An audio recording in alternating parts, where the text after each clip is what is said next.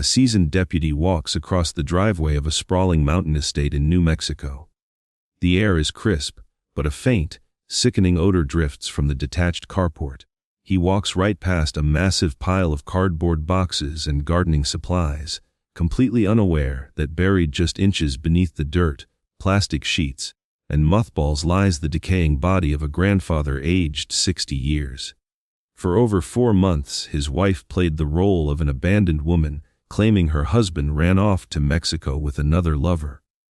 But behind the newly purchased luxury cars and an emptied safe missing hundreds of thousands of dollars, a deeply sinister murder concealment was silently rotting.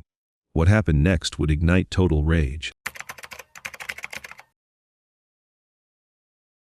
Craig Thetford was the kind of man who left a lasting mark on everyone he met. At 60 years old, he had built a successful roofing business and earned a comfortable life, eventually settling into a sprawling 3-story home tucked within the wooded, mountainous terrain of Cloudcroft, New Mexico. But Craig was not just a man of wealth. He was deeply rooted in his community. He dedicated his time as a volunteer firefighter for the James Canyon Fire Department, always ready to drop everything to help his neighbors. To his family, friends, and fellow firefighters, he was known as a warm, dependable, and deeply loving grandfather who never missed a phone call. That unwavering reliability made his sudden silence in January of the year 2025 so alarming. Days turned into weeks and weeks bled into months. By May, his absence had created a deafening void. The people who loved him knew something was terribly wrong. This was a man who adored his family and took his duties seriously. Disappearing without a trace simply did not fit his character. The creeping dread finally pushed his loved ones to act. Late one evening in May, the Otero County Sheriff's Office received a disturbing call. On the recorded line was Larry Scott, a close friend requesting an urgent welfare check. His voice carried the heavy weight of genuine fear as he explained the situation to the dispatcher. Communications on a recorded line. How can I help you? Who would I talk to have a wellness check done on an individual? That would be me. What's going on? His name is Craig Thetford. Everybody here in Texas has been trying to get a hold of Craig for nearly 2 months. Okay. We can't get a hold of his wife. We're really concerned about him because this is not like him. He always answers his phone or calls back. Even his family here hasn't been able to get a hold of him. Nobody can get a hold of him. The situation escalated the very next day when police received a second, even more concerning call. This time, it was Craig's grandson, Cody Gibson. Telecommunications on a recorded line. How can I help you? Okay, this is going to seem really, really strange. About 4 months ago, my grandpa had went off the face of the world, and he's a volunteer firefighter up there. He loves to do it. He talks to me about that all the time. And so I'd like to place a wellness check, but the only person that said she's talked to him in 4 months is his wife, and apparently now they're getting a divorce. He's doing a whole bunch of stuff, but I don't believe it. It's not my grandpa. It's just really strange. What's his name? Craig Thetford. What's your name? My name is Cody Gibson, and I'm his grandson. His wife is supposedly in Texas getting a divorce. Cody told dispatchers that his beloved grandfather had seemingly fallen off the face of the earth roughly 4 months prior.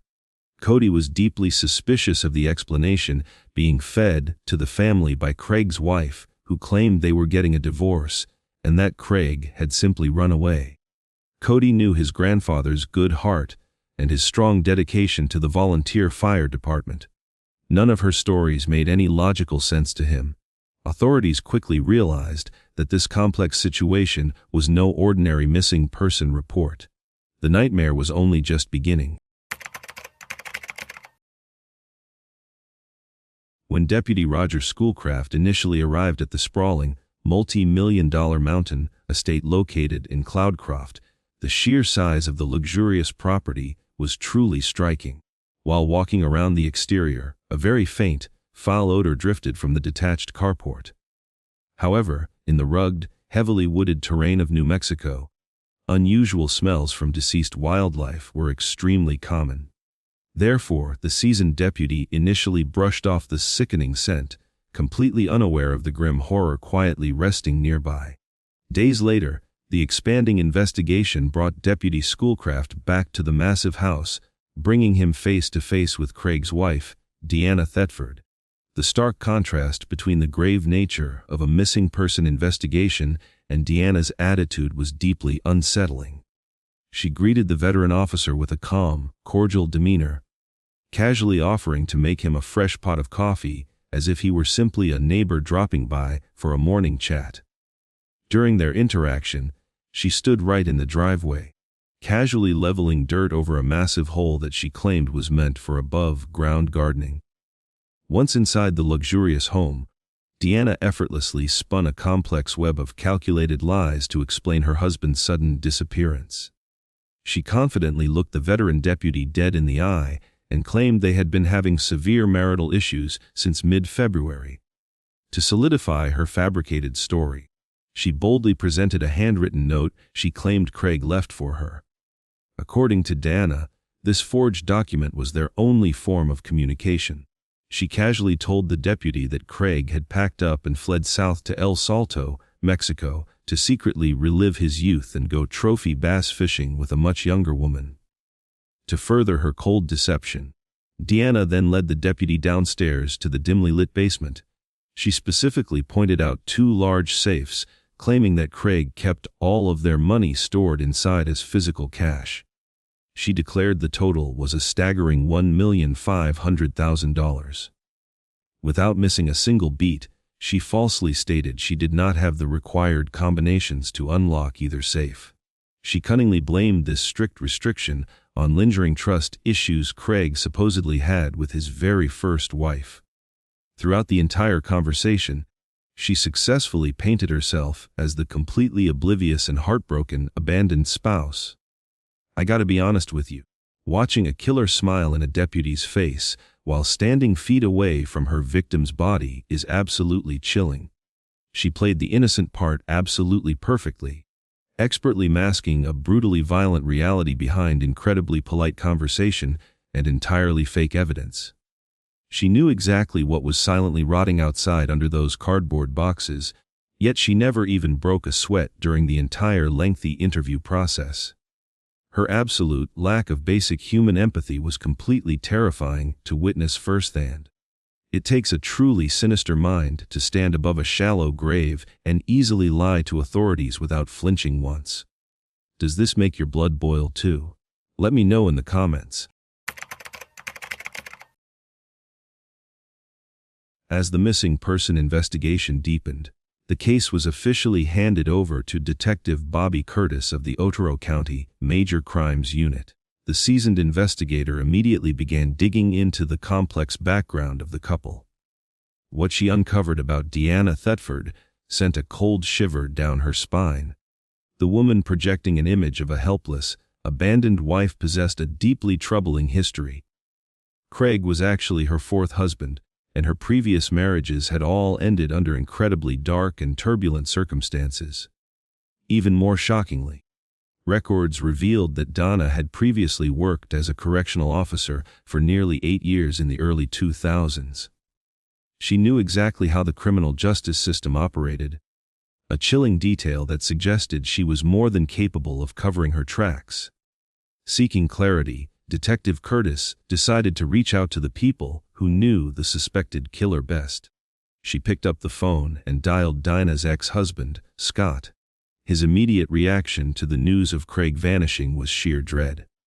During their recorded phone call, Scott painted a terrifying portrait of a woman who was highly unstable and prone to extreme bursts of domestic violence. He bluntly described her as a binge-drinking alcoholic. He told the detective that whiskey turns her evil. He recounted multiple horrifying assaults, detailing how she had broken 2 pairs of his glasses and balled up her fists to strike him twice in attempts to end his life. In 2008, she was even arrested for allegedly trying to stab him while heavily intoxicated. Furthermore, Scott alleged that there was an incident where she attempted to run him over with her vehicle. The most damning revelation, however, came when Scott explained why he immediately contacted authorities the moment he saw the missing person reports. He had actively tried to warn Craig multiple times about the extreme danger he was in. Scott revealed a deeply disturbing conversation that had taken place in front of him and his current wife. During that interaction, Deanna made a highly specific and terrifying declaration about her current husband. Scott quoted her exact words to the lead detective, "If I could kill Craig and get away with it, I'd do it." Hearing those exact words drastically shifted the entire scope of the investigation. The authorities were no longer simply looking for a man who had walked away from his life. They were now dealing with a prime suspect who possessed a violent criminal past, intimate knowledge of law enforcement tactics, and a documented history of explicitly threatening to murder the very man who was currently missing. The missing person case instantly morphed into a potential homicide investigation. The pieces of the puzzle were finally beginning to connect, revealing a monster hiding in plain sight. This cold reality made investigators realize they were running out of time to uncover the absolute terrifying truth regarding his final whereabouts. But what no one knew was, she had already made good on her sickening promise. While Craig Thetford lay dead, his decomposing body wrapped in plastic and hidden beneath trash in his own driveway, his wife was living an absolute fantasy. Deanna Thetford wasted absolutely zero time mourning the husband she falsely claimed had simply walked away. Instead, she immediately embarked on a massive, sickening spending spree that definitively proved her underlying, greedy financial motive to detectives working the complex case. Financial records heavily reviewed by law enforcement investigators officially revealed that in the 4 months following his sudden disappearance, she greedily burned through hundreds of thousands of dollars of his hard-earned life savings. In February, which was mere weeks after she brutally shot him, she used his stolen cash to outright purchase a brand-new residential property located in Texas. Additionally, she quickly bought herself a flashy new Ford Mustang. The sheer audacity of casually driving a fast sports car bought entirely with blood money while her dead husband rotted outside is deeply, truly repulsive. Meanwhile, the intense, silent cat and mouse game with law enforcement continued to escalate. Deputy Roger Schoolcraft returned to the sprawling mountain estate for another critical follow-up interview. Deanna desperately attempted to maintain her completely calm, nonchalant facade, treating the official police interaction like a casual neighborhood visit. But right before leaving, the veteran deputy decided to strategically drop a highly calculated surprise. The deliberate, sharp timing of this revelation was absolutely perfect. Deanna was instantly, visibly taken aback. Her confident, fake smile vanished, swiftly replaced by a sudden flash of genuine panic, as she realized the man standing in her living room was actively investigating a homicide, not just a simple missing person case. Soon after, her elaborate web of lies began to completely unravel thanks to a crucial conversation with a neighbor named Thomas, who served alongside Craig as a volunteer firefighter. Thomas provided eager investigators with a vital piece of information that directly contradicted Deanna and completely blew her fake cover story wide open.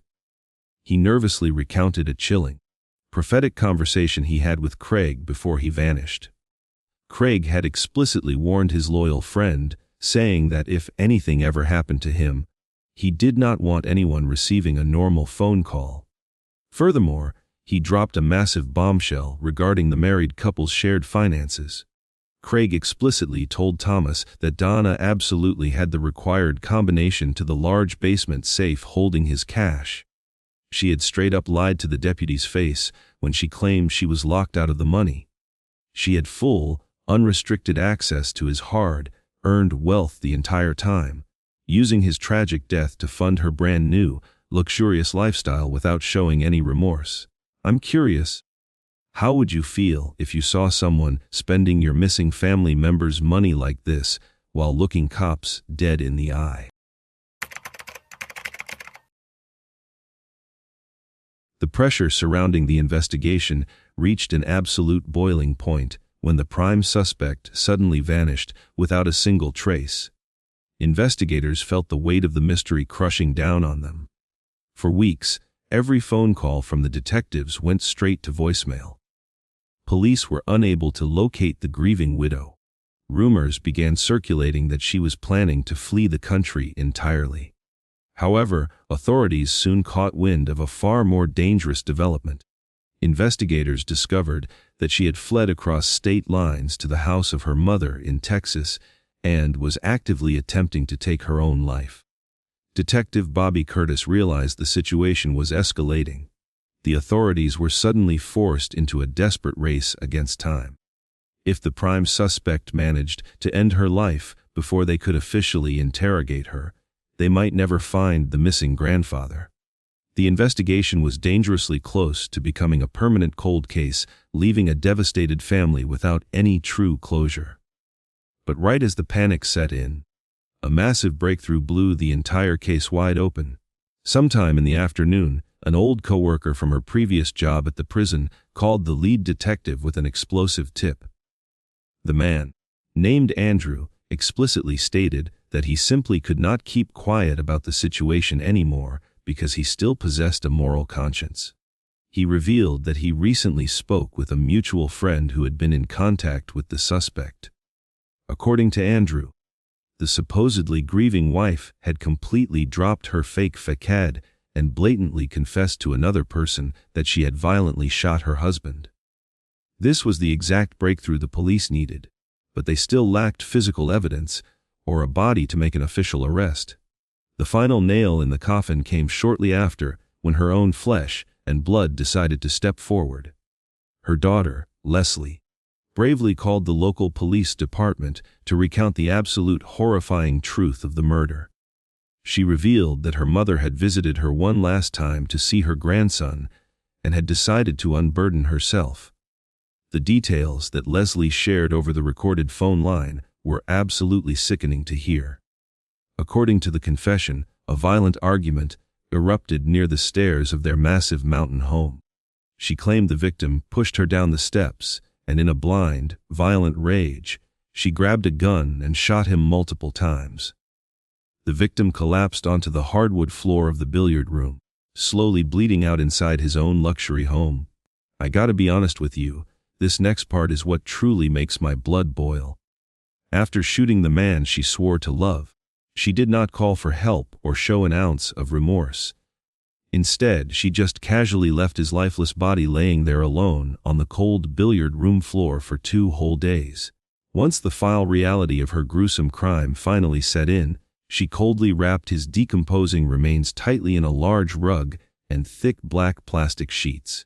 Knowing she could not lift the heavy body herself, she tied the bundle to a tractor and callously dragged his corpse outside to the carport. She discarded a beloved community member like absolute garbage, hiding him right under the noses of the police. The elaborate web of lies she spun was finally collapsing, exposing the monster hiding behind a polite smile.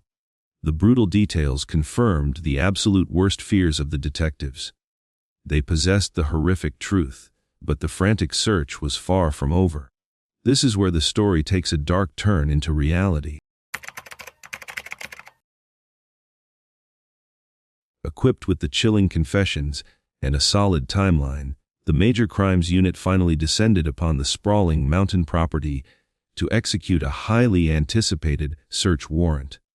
The massive house, once a symbol of luxurious comfort, was now the epicenter of a horrific crime scene. Law enforcement officers methodically swept through the multi-story residence, searching for any physical evidence that corroborated the dark tale they had just uncovered. Their first major priority was the dimly lit basement, specifically the large metal safe that Deanna had explicitly claimed she could not open. A professional locksmith was quickly brought in to manually bypass the heavy, complex security mechanism. When the thick steel door finally swung open, the investigators were immediately met with a shocking reality that perfectly highlighted the extreme greed of the suspected killer. Deanna had previously looked a veteran deputy dead in the eye and claimed the safe held a staggering $1,500,000 in cash.